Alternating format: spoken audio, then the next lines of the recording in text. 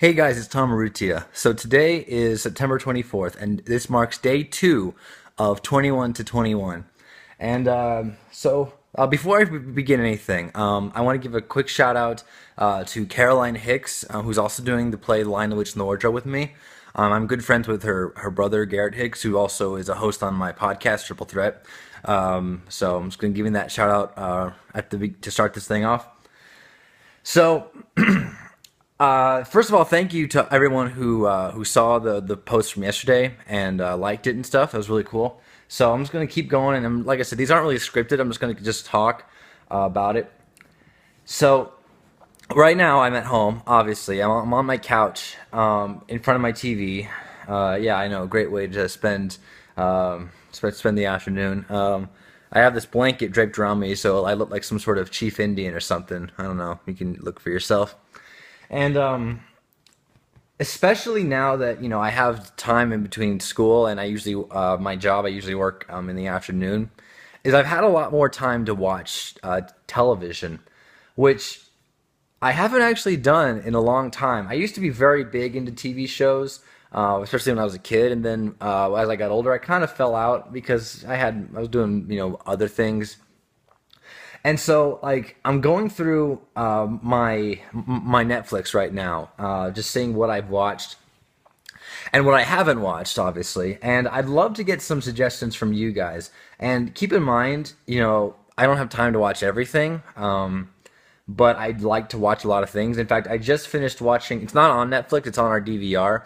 I just finished watching some episodes of Community, which is a comedy show. Dan Hartman, I think, is the creator. His name's in the theme song, but I never really catch it. And it stars Joel McHale, who is a host on the show The Soup. Chevy Chase, who's not on the show anymore. Who else? Gillian Jacobs, Allison Brie, Donald Glover, who many of you may know as Childish Gambino. He's an actor turned rapper, or is it rapper turned actor? I don't know. I'm not quite sure. And Danny Pudi, is it Pudi or Pudi? It's Pudi. He plays Abed on the show. He's my favorite character because he does this great thing where he says he can tell the difference between television and real life, and it's funny. It's ironic enough because it is a TV show, but a lot of things that he does, are typical television cliches, but he acknowledges that as his character, which is really really cool. And that show's taking me a long time to get through because it's not on Netflix, and so you can only get it if you buy the DVDs or you catch it on DVR and you record it. I know that there are like a bunch of sites you can go and watch TV. I know that, but I'm not really one to do that really. I don't really believe in watching shows online unless you absolutely have to if they're not available and you need to catch up for an upcoming season.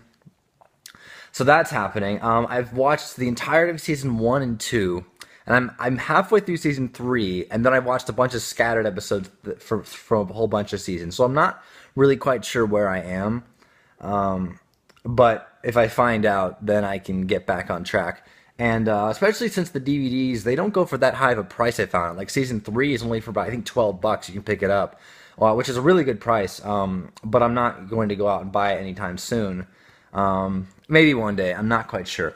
But anyways, so I'm just going through my Netflix to see what I've been watching.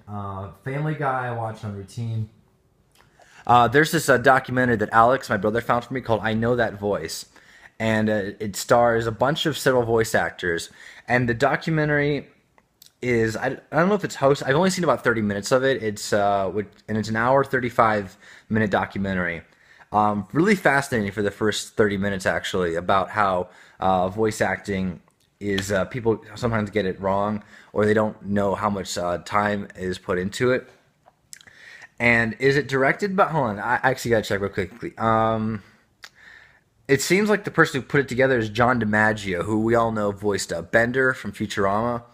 And I'll tell you, I've seen he's in this documentary, and he looks nothing like I imagined. He's pretty much like me. He's an average looking guy, and for some reason I expected a big man because he's got that big, larger than the room voice.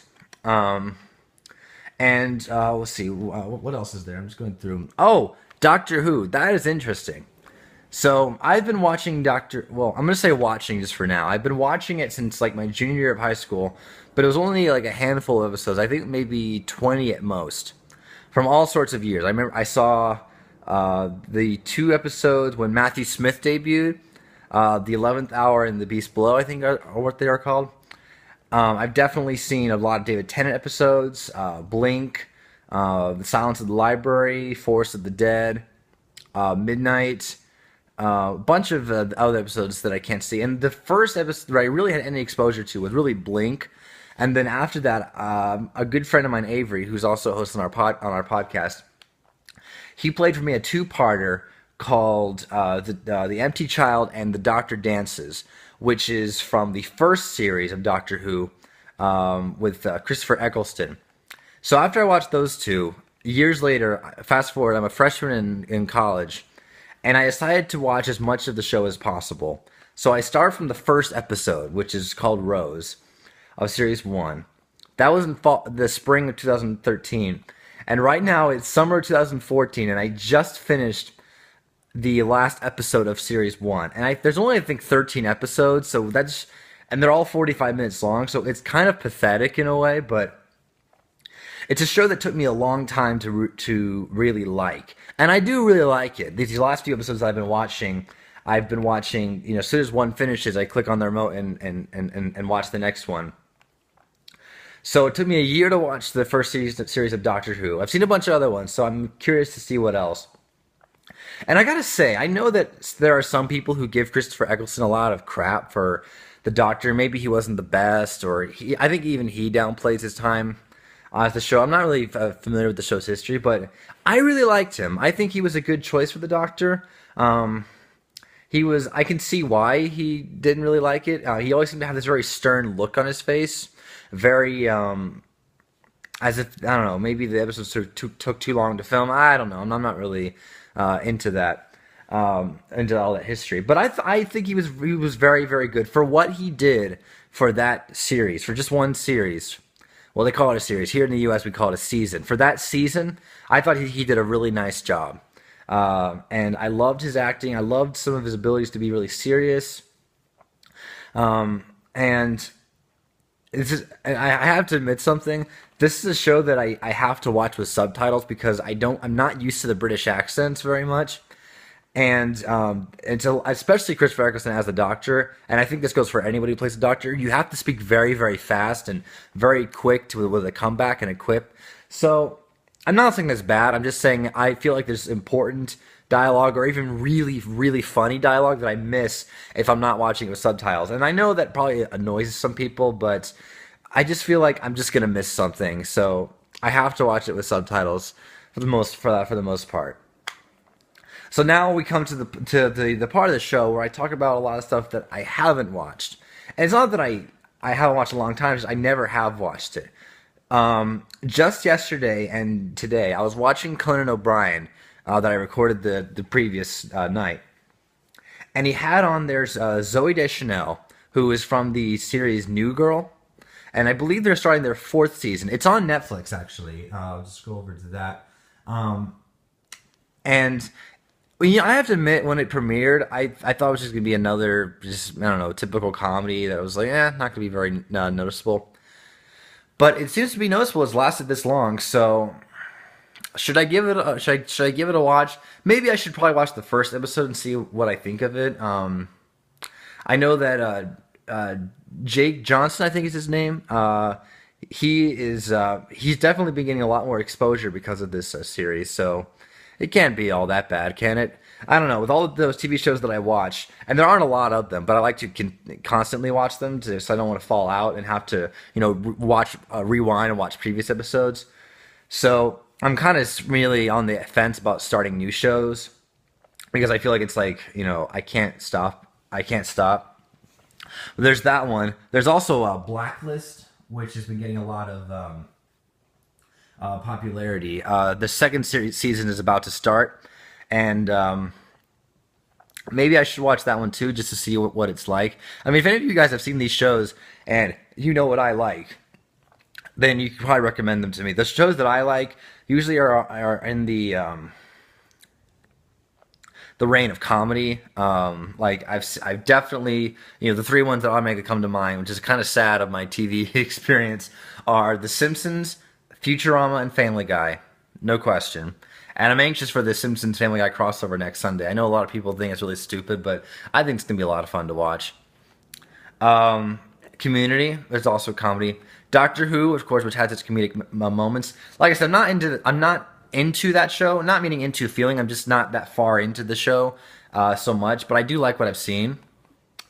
I've definitely watched the first four seasons of Big Bang Theory. They're not on Netflix, but I have seen them. I'm just trying to think of what else. I'm also looking at my Netflix, and one of the series that pops up is Once Upon a Time, which I know deals with fantasy and like grim fairy tales and stuff. In fact, I think they're adding Elsa from Frozen as a princess on the new series. It's a show that's really curious to me because I know it's definitely, when I was in college at my old university, it was definitely popular amongst a lot of people. And I don't know if I would necessarily like it. I mean, I haven't even given it a try. I just, you always have this feeling that like if you give something a try and it was like 45 minutes long and you didn't like it, then you feel like you wasted your time. That's my fear, I guess. But also just because I have a limited amount of time, because I also have to work later in the day, so I don't want to spend that time watch. I would rather spend my time watching something that I'm familiar with, like a familiar show, a new episode, than something that I'm absolutely have no familiarity with whatsoever. So, I mean, if you guys would give me some recommendations for TV shows, you can definitely leave those in the comments. I'm not really desperate, but I'm just interested to see like what you guys are watching, and just so I can kind of feed off that and check them out myself. So what are you watching? Let me know down below. I've given you a little brief of what I've watched. I watch a lot more. I just can't think of of all I've watched because I'm just staring at my Netflix right now, looking at all the shows and movies that are dare me to watch them. So that's about it for this this vlog, guys. It just shows the average struggles of a guy about to turn 21, who has his whole life ahead of him, and he feels like he has to spend it watching television. So that's pretty appropriate, isn't it? I don't really know. So thanks guys for watching. Check out my links. Follow me on Twitter, Vine. Check out my podcast, Triple Threat. All that shameless plugs you got into. And thanks guys for watching. And I'll see you tomorrow with a brand new vlog on 21 to 21. See ya.